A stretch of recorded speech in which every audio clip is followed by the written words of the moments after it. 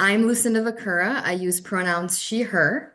I'm the Vice President of Business Development and Marketing with Alfred Group.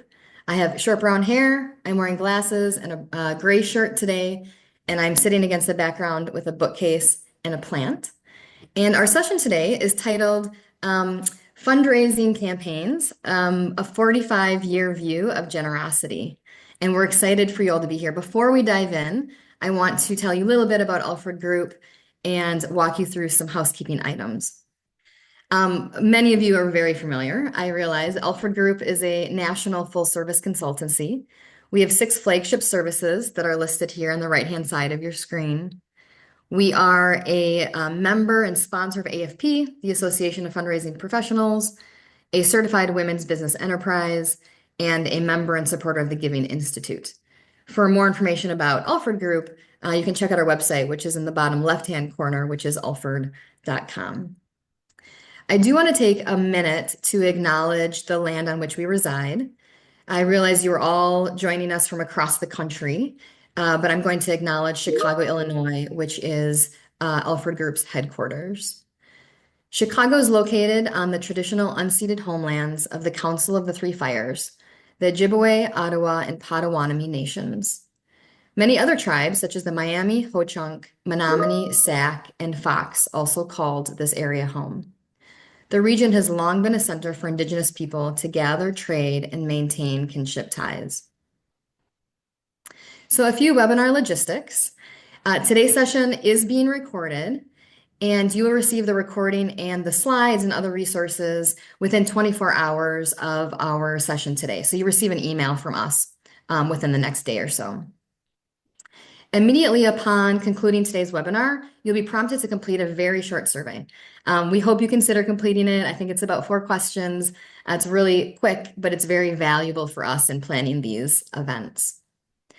Everyone today will be in listen-only mode for the duration of the webinar. However, the chat is open, so we encourage you to dialogue there. In fact, if you want to say hello, feel free, pop in your name and where you're from. We'd love to have a dialogue throughout today's presentation. To ask a question though, however, because the chat will be sort of an ongoing conversation, if you have a very specific question, please use the Q&A function. It's a separate icon on your toolbar. And if you type your question in there, that will go directly to the panelists. And we will collect those and monitor those throughout the session and answer as many as we can at the end of the session during the Q&A. I want to mention our next webinar is December 17th, so mark your calendar. It's going to be about donor archetypes and how to better reach donor segments through communication, outreach, and storytelling based on these donor archetypes. So more information coming in about that soon, and registration will be open, so keep an eye in your inbox as you'll receive an invitation for that. And then finally, grab your phone. We're going to do a Mentimeter poll here in just a minute, and we want you to have your phone handy to be able to participate in the poll. So with that, I would like to hand things over to my colleague, Sharon Tiknis, who's going to introduce our panel today and kick us off. Thanks so much for joining, everyone. Thank you, Lucinda, and welcome, everyone. We're so glad you've joined us today and chosen to spend this hour with us. Lieve, Greg, and I are so looking forward to this time with you. And just quickly, Lieve, let's introduce ourselves if you'll begin. Thank you so much. Lovely to see everyone. My name is Lieve Hendren. I use she, her pronouns. I'm a white woman with brown hair, wearing a white blazer, and behind me is a concrete wall with some colorful art tiles. My title at Alfred Group is Senior Consultant, Director of Strategic Initiatives, and I actually started my career with the Rockefeller Foundation's Centennial Campaign. Since then, I've been involved in more than 35 campaign planning projects. I'm excited to speak with you all today. Greg?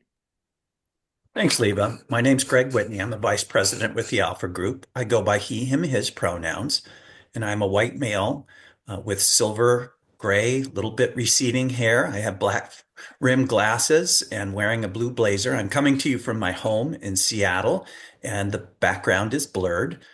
I have worked in over 30 years in human services, and through that time participated in multiple campaigns. And with my time in Alfred Group, I've now done dozens of campaign council as well as feasibility studies.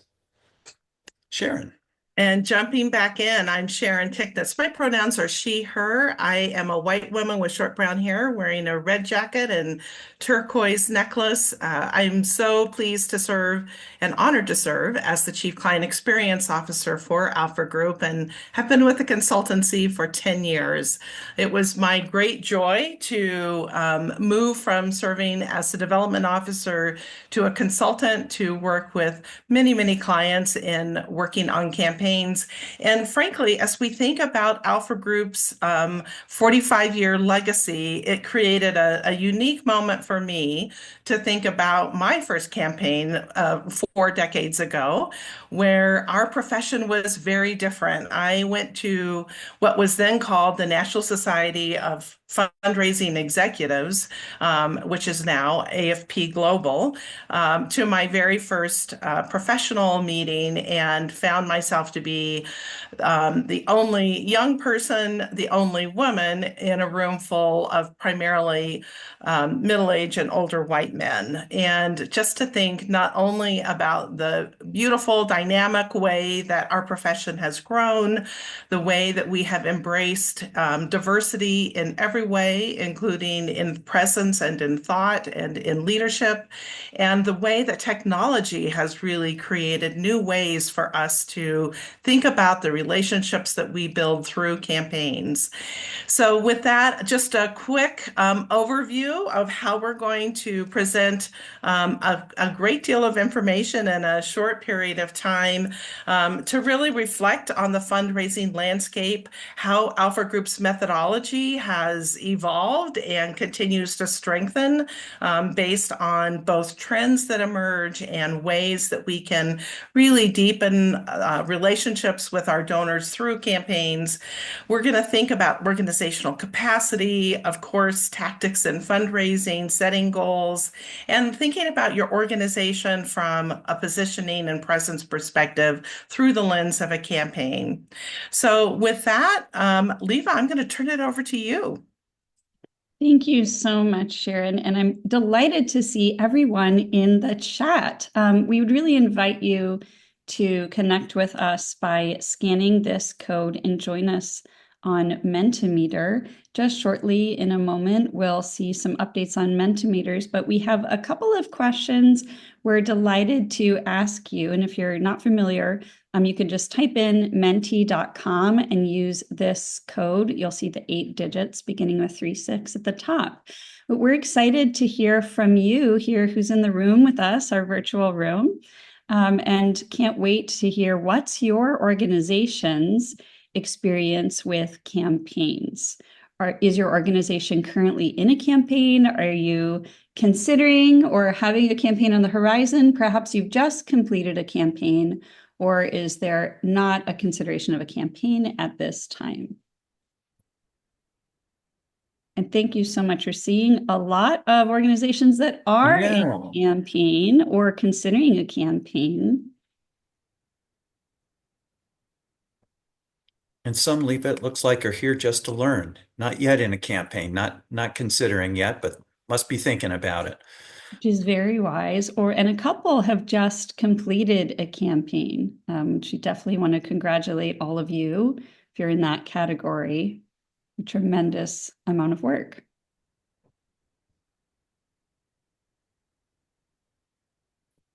All right, this second question is more about you specifically. What is your personal experience with conducting campaigns? Have you conducted 5 or more campaigns, 2 to 4 campaigns, 1 campaign, or not yet been involved in a campaign in your professional journey?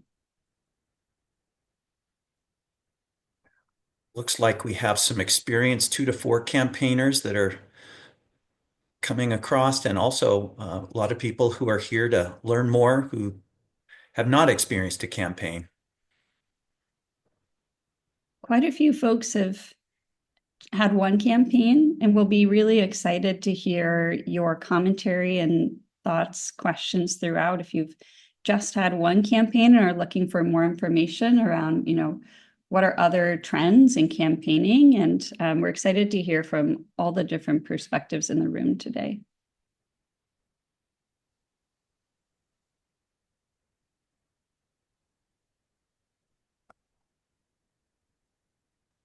All right.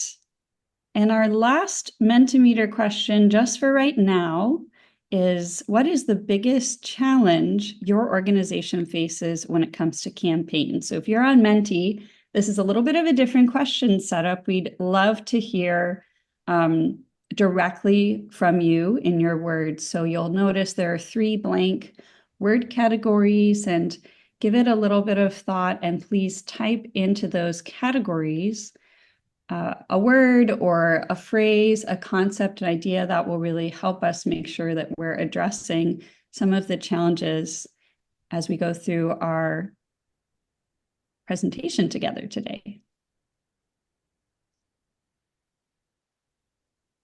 And remember to hit submit once you type in your 3 words.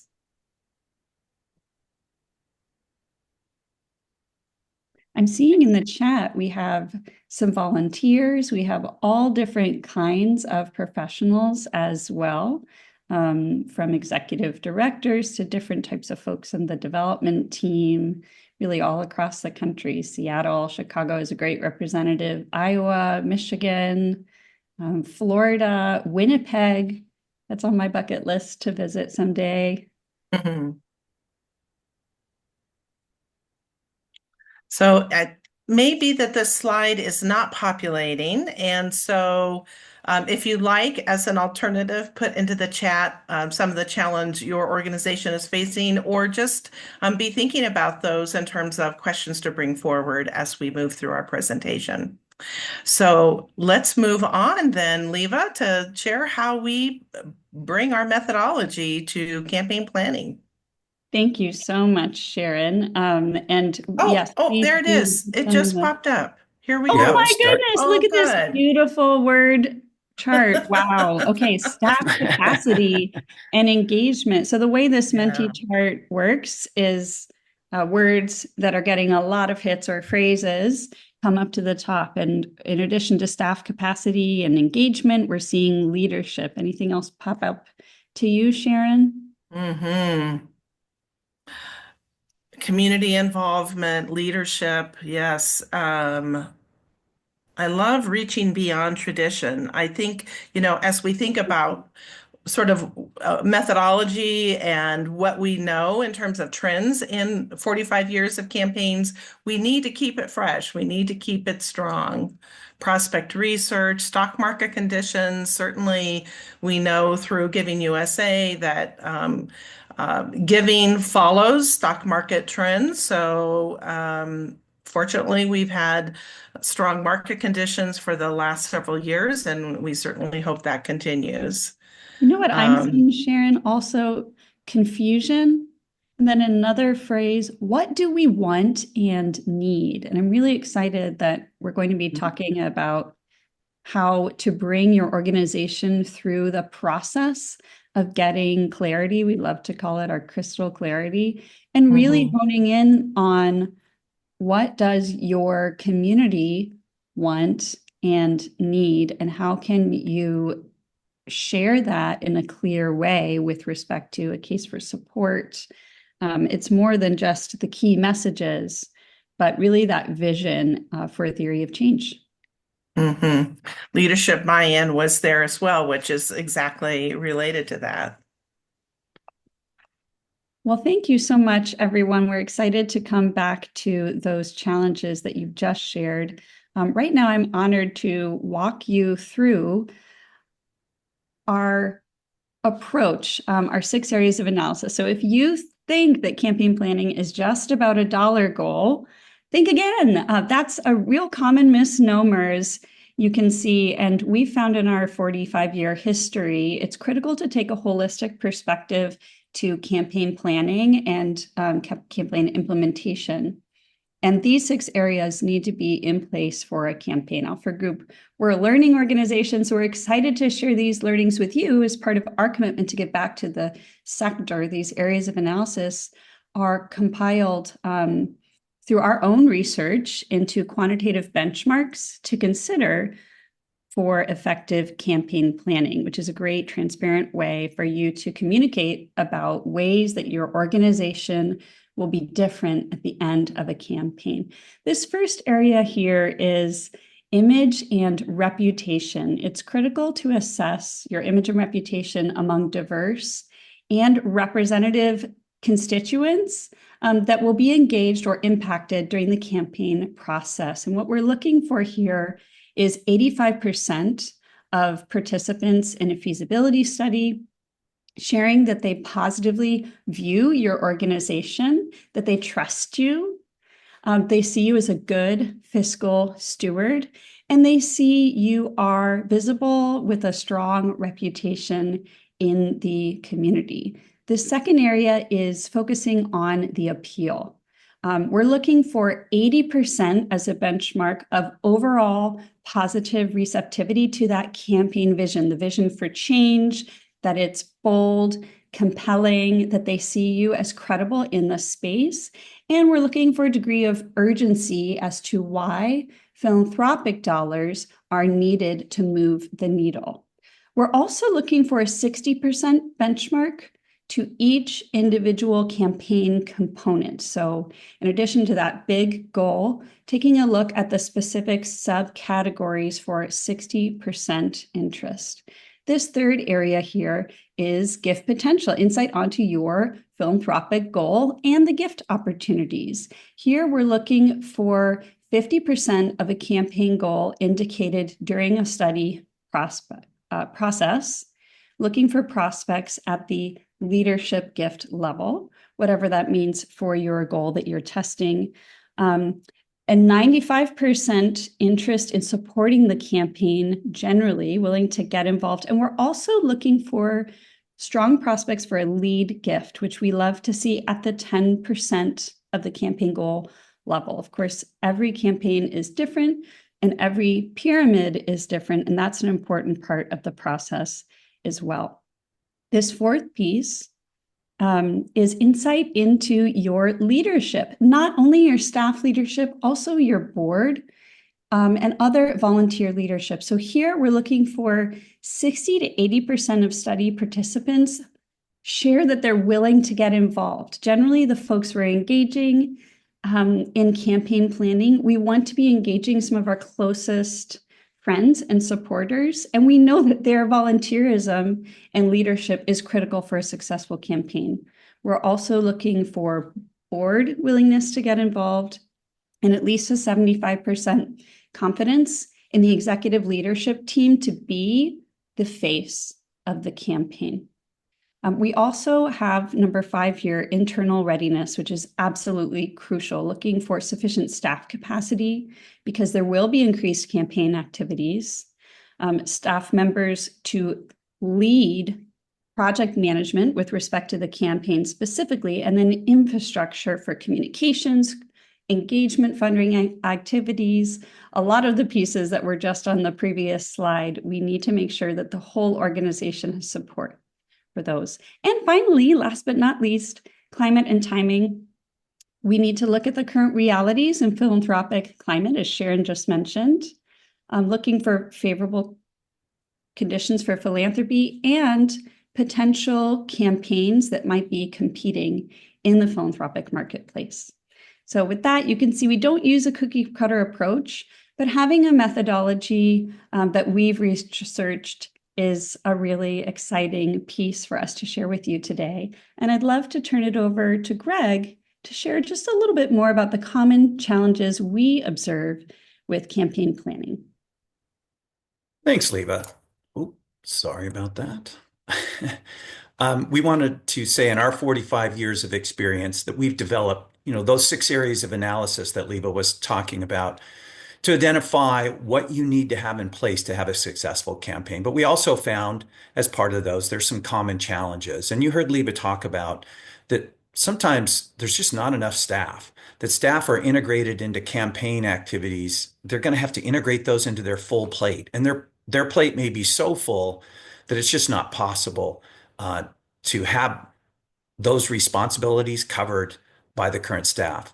And then there's also a common thing in our institutions that staff turnover. And so is staff turnover leading to a common shortage of staff, or are the staff so new that leading a campaign would be one step too far?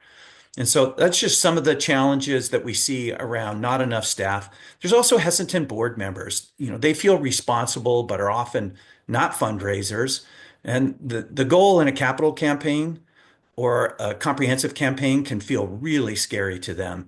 And they're also thinking about how do they add this into what they are already doing for the organization and into their personal lives. And how can they support the board? And how can you support the board campaign committee to show them how they can succeed without overwhelming them? So, painting the picture of what type of support you can provide them, giving them the step-by-step vision on how they can reach that goal will help them get comfortable. Sharing the campaign vision, we often run into organizations that are ready to move forward with a campaign, but when we start to talk about what's the campaign vision, we'll hear 5 different things, 6 different things. The campaign vision still hasn't come together. So you really need to look at defining what your campaign vision is, determining whether it's compelling enough to inspire donors to step up, and how do you share this and test it? Donor engagement. Is our network of donors and their capacity sizable enough to meet the campaign goal? And understanding how to connect donors to larger philanthropic networks. So it's not just will the donors you have give dollars, but will they also increase the amount of donors to your organization because they're so excited, they'll open their philanthropic networks deeper than they may have in the past. And then infrastructure and technology. Again, you heard Lieve speak about this, but is your data clean? Are we using our database effectively? And do we need a new database? A lot of times we find that the database that someone is using or an organization is using just really doesn't meet the needs that you're going to have for a campaign. And then do you have clear SOPs and policies to support the campaign is real critical. Last but not least, is there resistance to change in the organization? And we find that there often is because people are comfortable in the way things are, and campaigns are about change, which is often met with a level of resistance by the board, internal staff, and at times stakeholders. So with that, I'm going to turn it over to Sharon to talk about change.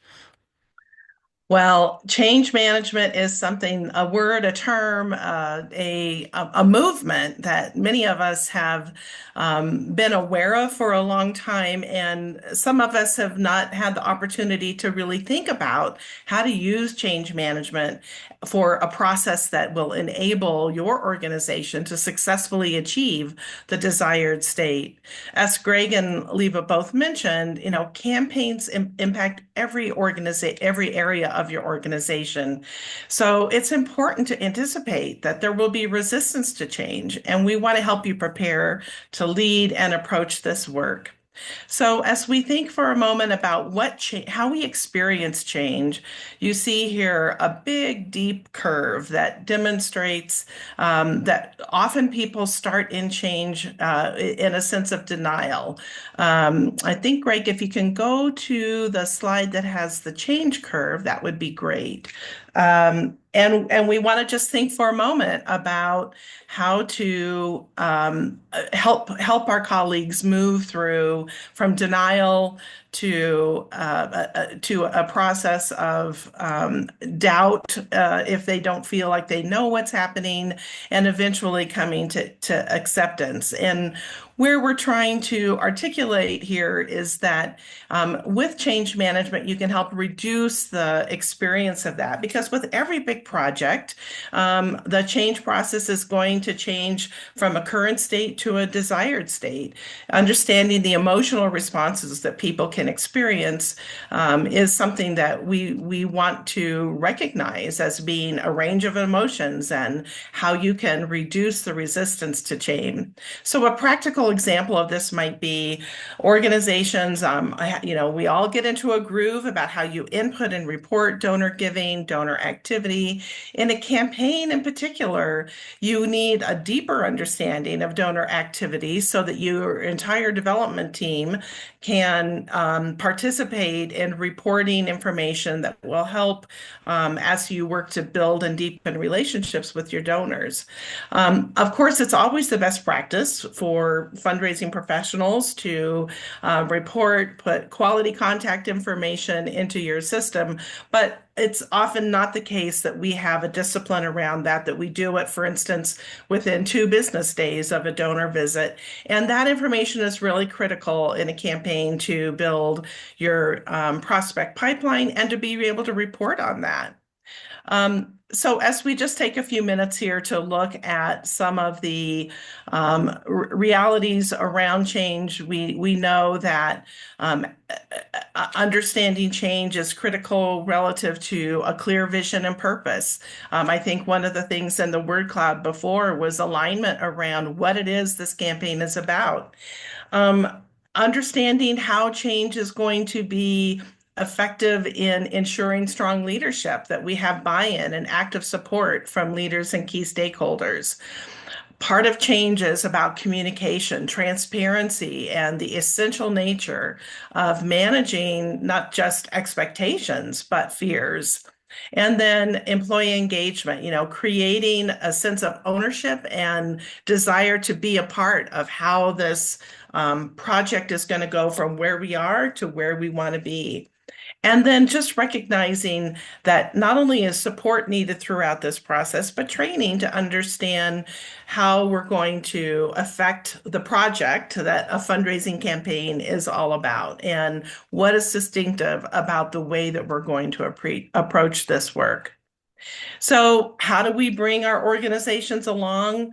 We want to think about what the working norms are that you're seeking to change.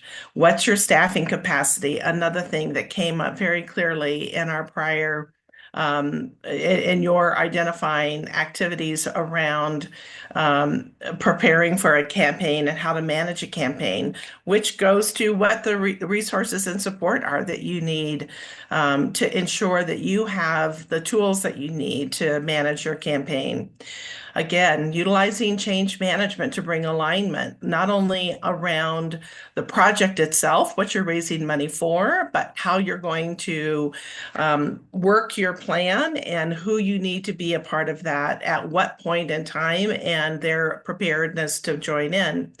What's the role of the board? We'll talk specifically about that and the not only the critical nature of the board, but the wonderful opportunity that campaigns bring in bringing your board into a campaign project to improve their ability to be a true ambassador, a brand ambassador, a door opener for you. And we'll talk more about that. And then, of course, how change management ultimately will take your concept to reality into the conclusion of a project that you have made as a time-bound activity.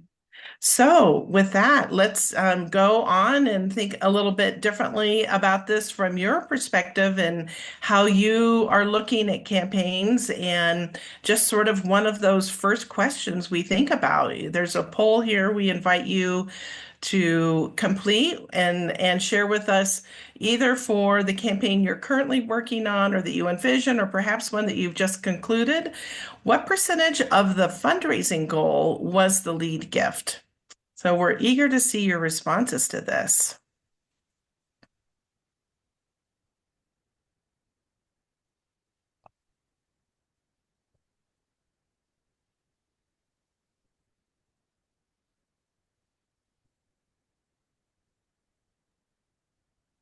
We mentioned earlier, just while the poll gets brought up, that this is really dependent on how we take a look at the campaign pyramid and strategize that.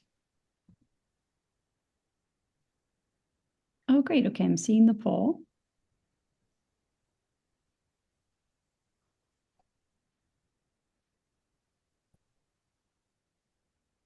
So the options here are the lead gift was 50% or more can happen, especially in a smaller campaign, 25% to 49%, 10 to 24%, less than 10%. Or if you haven't had campaign experience yet, then feel free to click the not applicable.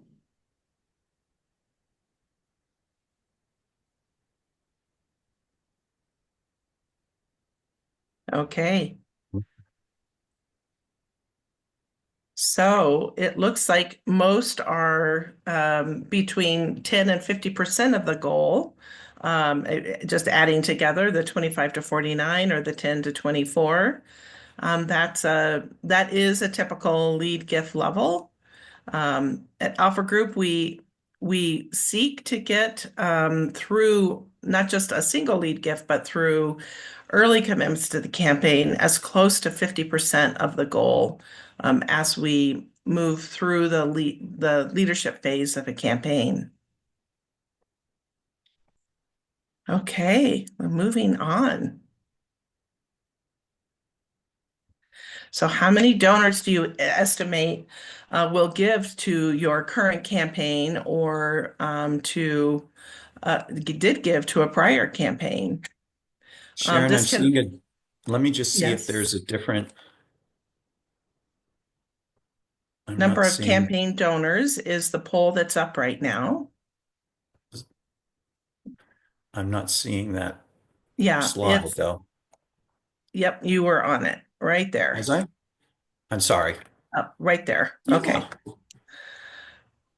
Yeah. The My order is apologies. different on the poll than it is on the slide, but Yeah. yes, it's the same data.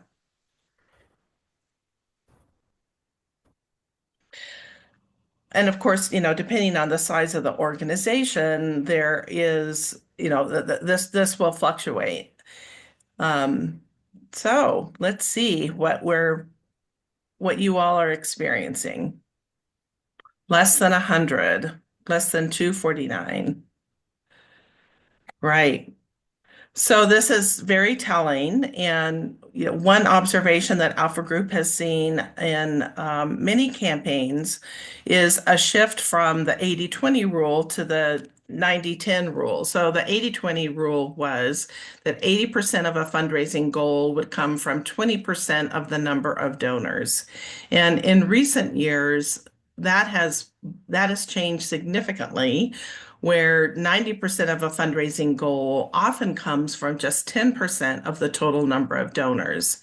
And part of that is reflective as well as what we're seeing in the annual reporting of the Giving USA report, which reports on total giving in the United States. And what we often find there is a reduction in the number of individuals and households that are giving annually. So I'll let you take it from here on this next slide. How we set an appropriate goal is often based on and informed by the campaign itself. Clearly, there's a need to map out, and we'll talk a little bit about setting your goal and thinking about your donor pyramid. What the reality is you need to map the dollar goal to your donors and your anticipated target asks of your donors. So certainly understanding your donor data.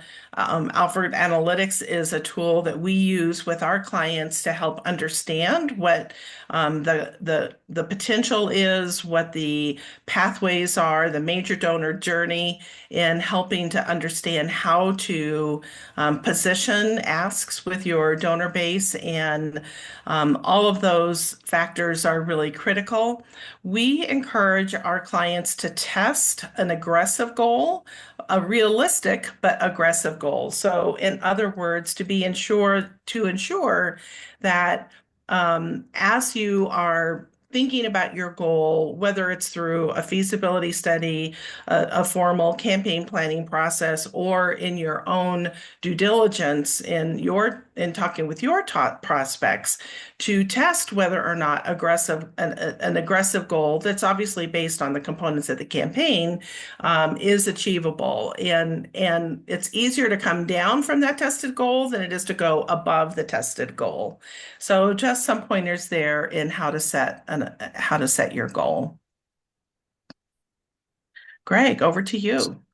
Yeah, we also really look at how are we driving our leaders and volunteerism in the campaign and success in both recruiting campaign chairs and enthused volunteers, is really a continuous challenge. And when we look at this, we look at build a campaign committee that has a clear charter and position descriptions. Oftentimes that step gets overlooked and we move straight into recruiting campaign members, but they're not brought in with a clear purpose of how often are we meeting? What does this mean? What is my role in this? And it's critical that that step is a first step once you start engaging volunteers to make sure that they stay motivated. Design dynamic volunteer recruitment strategies and tailored recruitment scripting. Just making sure that as you would with any donor, you're approaching volunteers with a real strategic plan and you've thought through how you're going to go about recruiting them. Provide orientation and trainings, making sure that there's an orientation process that initially brings everyone together and puts everyone on the same page. And then understanding that even though the volunteers have agreed to be on campaign committee or campaigning for you, that they need training and that you want to make sure that people are going out with similar expectations. They understand the process for going out to make cultivation calls, that they're teaming up with the staff, that they're doing the right work that is going to lead to the best outcomes. Also, it's really important that you ask them for their gift, before they go out to talk to others in a way that you expect them to ask others. You want to make sure that you're modeling the process with your volunteers so that they see how this is done, they feel how this is done. This is a real motivator because often there's a little bit of fear surrounding this part of that solicitation. And once they've been solicited in a way that is modeled for the organization, for them to see how this is done, a lot of stress comes off of volunteers and they get motivated about going out and meeting folks. The other is they're going to want to be excited with the compelling campaign materials and that events are fun, that they have the tools they think they need to succeed, and create benchmarks and dashboards and recognize milestones, set the milestones and really celebrate them. And then that really makes sure that the focus of the work stays on track. Last but not least, as you heard those last couple steps, be joyful. Have fun with this. Make sure your volunteers are experiencing fun. And because every campaign has a challenging point, there's always those tough spots. And if you show joy and appreciation for those efforts, it's going to help keep them motivated and through those difficult periods that they may experience. I'm so glad you brought up the importance, Greg, of being joyful and showing appreciation. That is so critical when we think about donor engagement and creating generosity. Sometimes it can be like facing a giant elephant.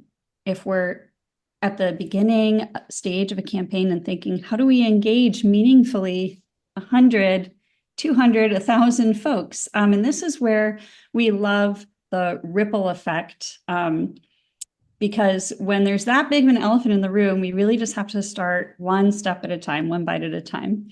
And this is a visual graphic of our methodology for top-down and inside-out approach to engaging all of those folks in an authentic and thoughtful way. So as part of the change management piece that Sharon touched on earlier, we're big proponents of doing stakeholder mapping and qualifying your prospects so that you can design donor engagement strategies that builds a sense of momentum like a snowball. And we continue to speed up throughout the campaign as more and more folks get involved, and then more and more people get excited to share their positive campaign experience and talk about the incredible change, most importantly, that your organization is affecting. People are excited to be a part of that change and make a meaningful difference.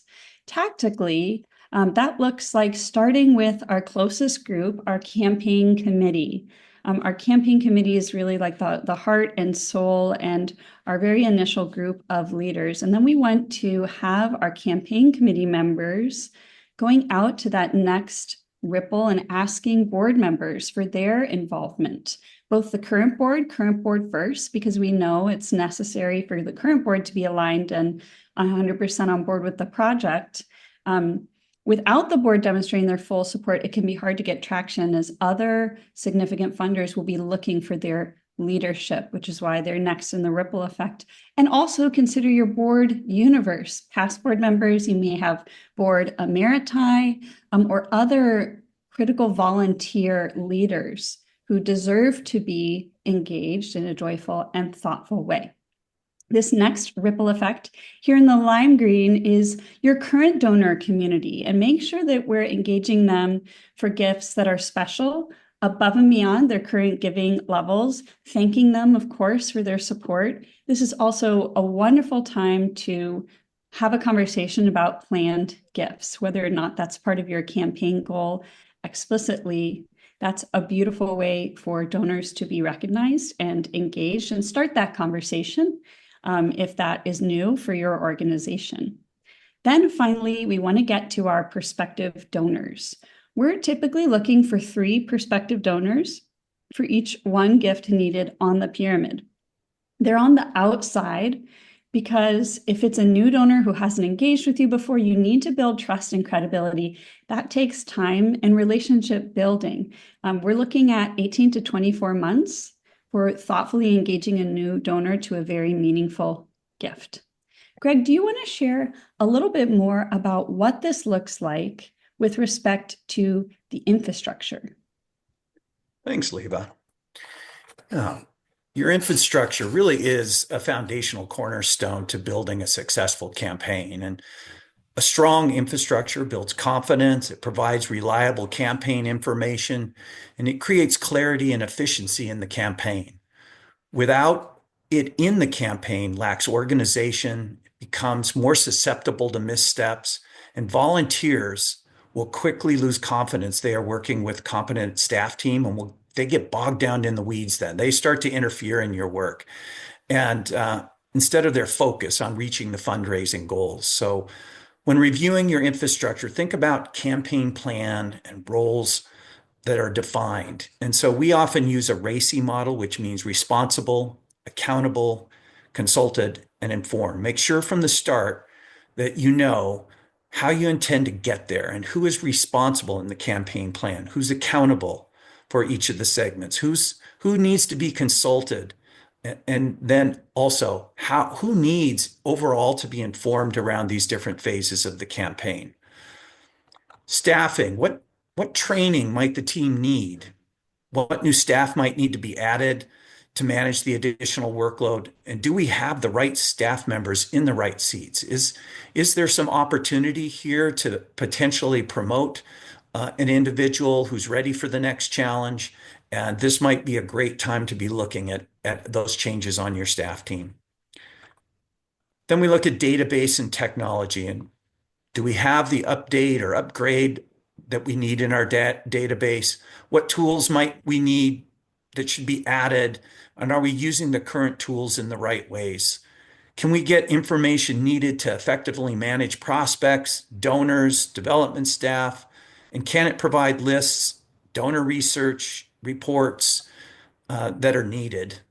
Does the database and other systems efficiently and effectively support your work to cultivate, solicit, and steward donors effectively? So again, we often find this is a big issue where databases aren't clean, the data's not clean. We're not in the habit of tracking steps, and we're not really sure the last time we communicated with such a large scope of our donors outside of what we mailed them. So making sure that your systems are effective and that you're using them effective will be critical. The other big portion of a campaign is around communications. And so do you have the internal resources needed to develop the needed campaign materials and develop website pages and online giving forms, communicating through social media posts and emails, videos, surveys, all those different tools that you might think about using? And do those that oversee communication strategies have the additional capacity to support the needs of a campaign? Or will you need to look at adding additional capacity or maybe even look at some external vendor support? Gift acceptance policies. This is a good time to dust off your gift acceptance policies, especially because campaigns also or often use pledge. And some organizations we come across have never done pledges. They work strictly in an annual way. And so this is a time when you have to think about those policies, what gifts you'll accept, and how you're going to accept them, and over what time frame. And then do you have the strong SOPs and processes for gift acknowledgement, data entry, donor database security, gift pledge reconciliation, all those types of things that you're going to need because the work is going to increase through the campaign, and you really don't want to be bogged down because you just didn't have those things thought through and documented. So now, what does success look like? Thanks so much, Greg. We just want to offer at the start of campaign planning that you reflect on this question: what does success look like? Because awareness of the kind of change that you want to crystallize ahead of time can really inform your campaign approach. And it's not just about the dollar goal. Other important measures of success for your organization might be raising visibility in your community, expanding the breadth of your donor base, cultivating future board and volunteer leaders, energizing your current donors with a new sense of your purpose and impact, and then documenting and promoting planned giving. Sharon, do you want to share some of these others? Yes, we often talk about the importance of elevating your culture of philanthropy. Well, this is a campaign provides that unique opportunity to deepen relationships as you deepen your culture of philanthropy.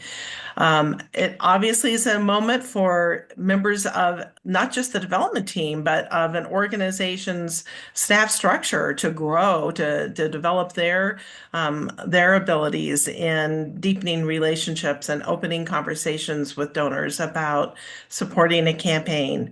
Clearly, it's a moment to strengthen internal systems, to promote teamwork with non-development team members, to really seize the moment to work across teams, and certainly to position your organization as a thought leader, as an impact driver, as a solution that not just donors, but your stakeholders throughout your community, throughout your constituency are looking to you, and it's an opportunity for you to demonstrate your thought leadership as a real champion for an area that they care deeply about. So with that, we hope that these basic principles have been helpful to you in thinking about your campaign, and are eager to hear your questions. And Lucinda, invite you to help guide the rest of our conversation here. Sure. We do have a number of questions, so thank you everyone for participating. And if you have a question on your navigation bar at the bottom, there's a Q&A icon. If you click on that, it opens a window and you can type your question there and it comes directly to the panelists.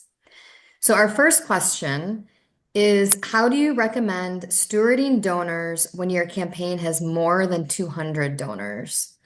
So a larger group of donors, do you have any advice for stewarding them and keeping them all engaged and involved? Well, Lieve, you often take the lead on communications and campaign. I'm happy for you to take this. Thank you so much, Sharon. And thank you, Cassie, for asking this thoughtful question. So this is where we love that campaign ripple graphic. And we do find that it's helpful to think about regular thank yous and communications. We want to make sure that we're keeping all of those donors informed, even if we're unable to have meaningful touch points. So firstly, use the power of your volunteer network. Are there volunteers who can help reach out to these folks to continue to thank them? And then secondly, make sure your organization has a dedicated campaign newsletter, email, regular Zoom meeting updates. There's so many different types of communication mediums that can really help create that sense of a personal touch and remind folks with your updates. And we encourage you to be transparent by taking your donors on that journey with you as you learn and as the organization celebrates successes and may even face obstacles or roadblocks.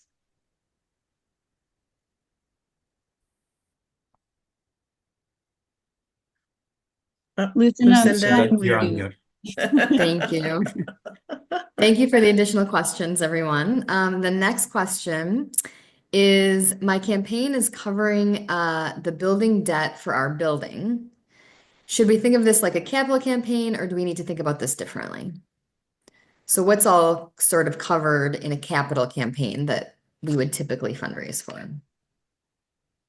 And normally a capital campaign ultimately is to pay for the debt that a new building would generate. So normally I would see this as, yes, this is really taking the shape of a capital campaign, typically out of the gate. If the building's already built, I'm going to be honest, then this becomes more difficult.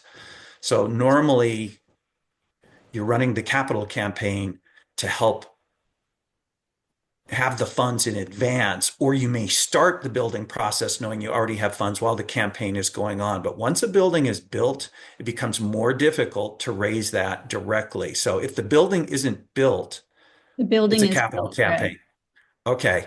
If the building is built, now you're in more of a general campaign mode in my mind. So Sharon, your thoughts on this? I would just add to that the individuals who are most likely to give to essentially erase debt are those who are closest to your organization and who understand that financial burden of paying a debt is draining resources from other projects that your organization or your team can be focused on. So certainly thinking about a debt relieving campaign from insiders or those closest to you is where you're most likely to get traction. Another way to think about it, if there isn't that internal sort of stickiness that will result in raising the funds, is to um, approach the campaign as raising additional sources for capacity building that will, in essence, offset the cost of your debt. So sometimes the way to think about this is focusing on raising additional money that will be budget relieving or that will be program enhancing, that will then give you more of a bottom line to fund your debt. So fundraising for debt reduction is a very hard thing to do, as Greg said. Taking debt when you're building a project is part of the capital stack, right? It's a construction loan or an organization advancing funds for the purpose of buying a piece of property. But the campaign is essentially to refund those resources to your whether it's to your unendowed reserves, is certainly something that is appropriate within initial planning for a capital campaign. That's great. Very, very wise advice. Our next question is from Matt. Matt's question is, many of our potential donors are current annual donors. And I think this is a really great and important question. The question is, how does the campaign keep from cannibalizing annual revenue that's needed for operations? So how do you run a campaign keeping in mind annual giving? I'll hop in, Lucinda. So we are proponents of making sure that when you are strategizing your gift solicitation for donors, that you think about positioning the special campaign gift as something above and beyond, and really clearly communicate the value proposition for those annual dollars. Folks understand that we still need funding for operations, and then why this additional gift is being asked. And it does help a lot if you can strategize ahead of time to make that one ask. I would call it a comprehensive ask so donors can understand and make their philanthropic choices at the same time, considering all of their giving constraints, but understanding that they won't be asked twice in 1 year, which can be really frustrating. That allows them to plan, especially if your campaign gift has an opportunity for a multi-year pledge, which we're assuming, then they can strategize that and just be a little more thoughtful with their giving. In fact, great. sometimes on a campaign pledge form, there's a line for continued the intention to continue giving to the annual fund at X amount over a certain number of years. So, being very intentional and holistic in your ask, and asking for that gift, as Lieve said, above and beyond their annual giving. Thank you. I think that comes up a lot in every campaign. We want to be thinking about that. And a question from Lindsay. What are your tips for promoting collaboration among fundraisers when working to close a multidisciplinary gift? Any thoughts about that? Presuming that this question indicates that like 2 or more organizations are asking one donor or a group of donors for an investment in a project that both organizations or more than one organization will be supporting. The most important thing is to sort of establish. Just to clarify, Lindsay quickly clarified, it's one organization, but it's at a large university. Oh, No. yes. I Oh, think this I is a have lived major gift, experience planned there. gift. Yes. Yes. Having been a major gift officer at a university, I know exactly what you're talking about. Boy, that is a sticky one. And, it just really does start at the core of having uniformly understood agreements that, first of all, you want to follow the donor's interests. So we don't want to be asking donors to compete with themselves, or, I experienced this where, one spouse was from the College of Business and the other was from the College of Communication, and we don't want to be seen as competing for no, give it to me, no, give it to me, or for them to be competing with each other. So I really think, at the heart of fundraising is igniting the joy of giving and aligning a donor's interest, care, concern around how philanthropic giving can be a solution. And so, the most important thing is to ask the donor, what is your philanthropic priority? What do you want your philanthropic legacy to be? And to be accommodating of a couple or a donor's multiple interests. And among fundraisers, we just have to hold each other accountable for thinking first and foremost about what is the donor's primary interest and how do they want to, under what circumstances are they inclined to use their philanthropic donors to affect change? So I don't know if that's helpful, but the first and foremost thing I want to say is I know what you're asking is very real and it's complicated, and always basing how you approach this from a perspective of what is the donor's interest and how can we inspire them to give transformationally to something that they deeply care about, and our accepting and approaching our relationship with them in that manner. Absolutely. Sharon, I think that's a great point, and I also can hear Lindsay behind, but all these different departments have their own goals and there's Yeah. pressure.